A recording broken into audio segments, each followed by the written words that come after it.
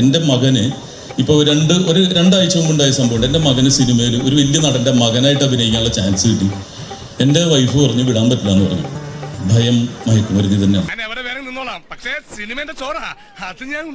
ഞാൻ പറഞ്ഞത് സിനിമ എന്ന് പറഞ്ഞിട്ടുണ്ടെങ്കിൽ ഞങ്ങളിവിടെ കച്ചവടം നടത്തുന്നതില്ല, അവന് വിട്ടുന്ന വെച്ച് കുഴപ്പമില്ല. പക്ഷേ ഈ 17-18 വയസ്സിലാണ് ഏറ്റവും കൂടുതൽ വഴി തെറ്റുന്നത്. അതുകൊണ്ട് ആകെ ഒരു മകനാണ് എനിക്ക്.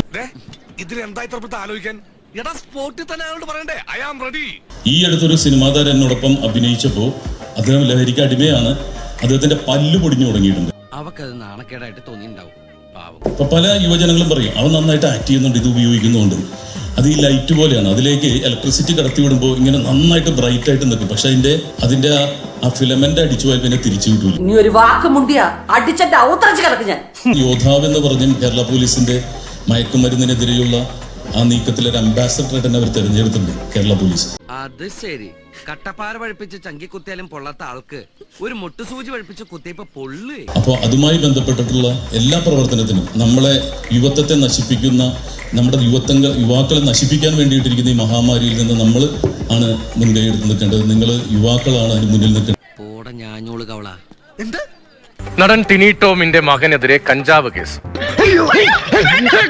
കൊള്ളിച്ചിടിക്കാൻ എനിക്ക് അറിയാൻ മേലഞ്ഞിട്ടല്ല, ഈ തടി ഇത്രയും പെരുപ്പിക്കാൻ ഞാൻ എന്തുമാത്രം പണം ചെലവാക്കിയെന്നറിയോ?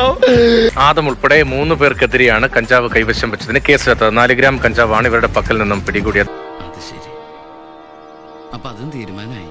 എന്ത് അല്ല പറഞ്ഞു മറിയുകയും ചെയ്യാതെ അതും തീർന്നു.